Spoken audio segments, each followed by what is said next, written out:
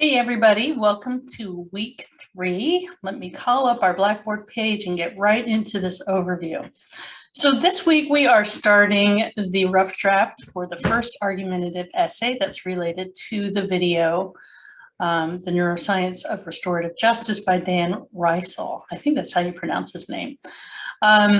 Anyway, that assignment is due Sunday, February 6th. Here are the weekly objectives for you to read through. And here's the to-do list. So of course you're watching this week 3 overview video. The next thing that you'll need to do is to complete the mandatory library skill builder module on plagiarism. And I'm making this mandatory because I really need you to be familiar with what plagiarism is, how to avoid it, and how to help yourself as a student so you're not guilty of plagiarism. I know students often unintentionally plagiarize, so it's important to understand and to know how to document and give proper attribution to your outside sources, since you will be using sources in this assignment.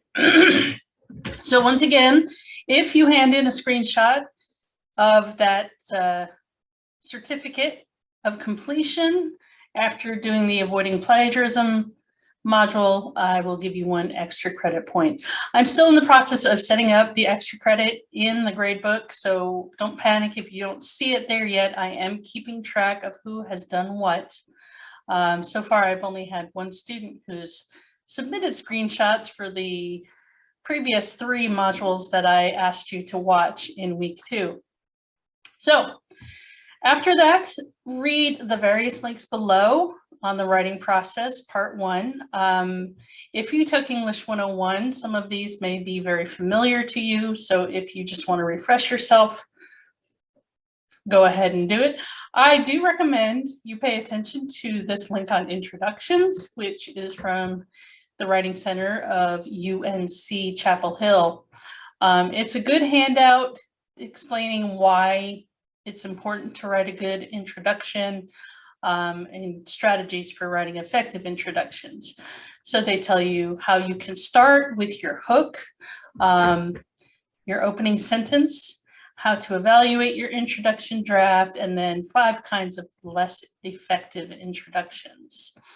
So this is a good handout, and instead of having you watch me do a lecture on introductions, I'm going to assume you know how to write them, and you will read this information just for review.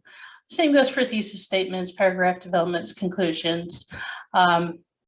These are all very good links, and they come either from UNC Writing Center. Actually, I think they're all from the University of North Carolina. Yeah. Sometimes we stick a link in from Purdue OWL, but not in this part 1 of the writing process.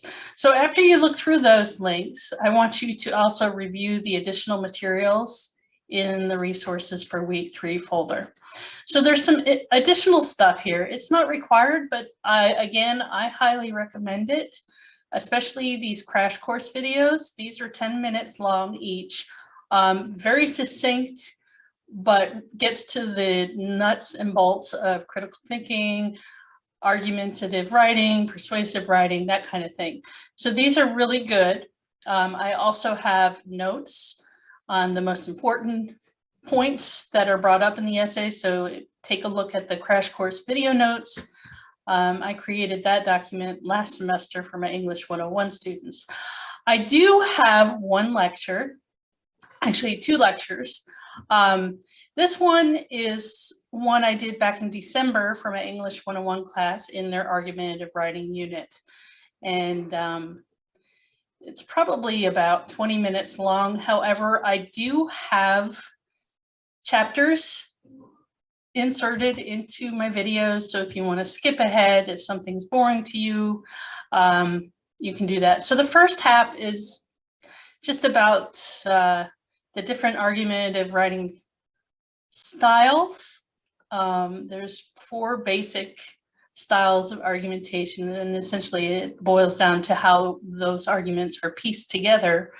And then the second part is kind of just talking about scholarly writing, academic writing, and the various conventions that you will become familiar with through the course of this English 102 class. So that's probably about 20 minutes long, I think, 20, maybe 25 minutes long. But again, you can skip over the chapters that you don't want to listen to and get to the information that you think is the most important. This one here is the MLA citation lecture, and this is based off of a presentation from the Purdue Online Writing Lab. And this is all about how to do in-text citations in MLA style. So this is a good refresher for you. This is probably about 25 minutes as well, if you need that information. This one is not broken down into the various chapters. I probably should go through and do that for you, but I haven't done it for this one. But this one does have the chapters. So those are 4 videos that should be helpful for you. Again, they're not required, but I think they're incredibly helpful. I also have the Essay 1 possible topics. If you've been having trouble coming up with a topic, you're just not sure which direction to go in. I have some suggested topics here, as well as a sample argumentative essay outline. Let me just open this one up. It's a PDF, and it's just essentially one suggestion for organizing your essay. I'm a big person for organizing essays and having a logical progression of thought throughout your writing. So using some sort of an outline can be helpful for students. Remember that this essay, let me go back to the essay assignment link down at the bottom of the page. This essay is a draft, so I want you to work your hardest at getting to the goal of at least 5 pages, right? If you don't get there, that's fine. I just want you to make an effort. I know that sometimes, you know, rough drafts, you're like, I just don't know how to make this longer.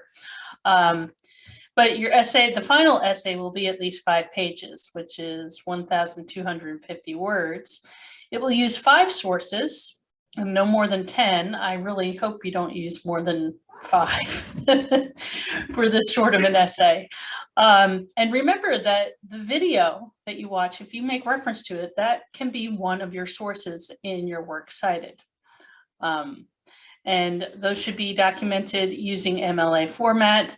We have links here below, tips and tools for writing arguments from the University of North Carolina, and then Purdue OWL MLA formatting and style guide. So these are some helpful links to help you, in addition to the videos that I have assigned for you to take a look at.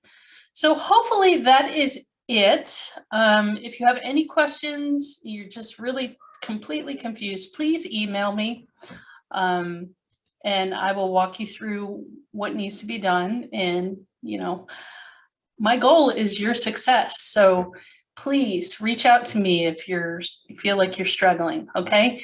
Everybody have a wonderful week. Hang in there. We are almost through this unit, halfway through. And take care. Bye-bye.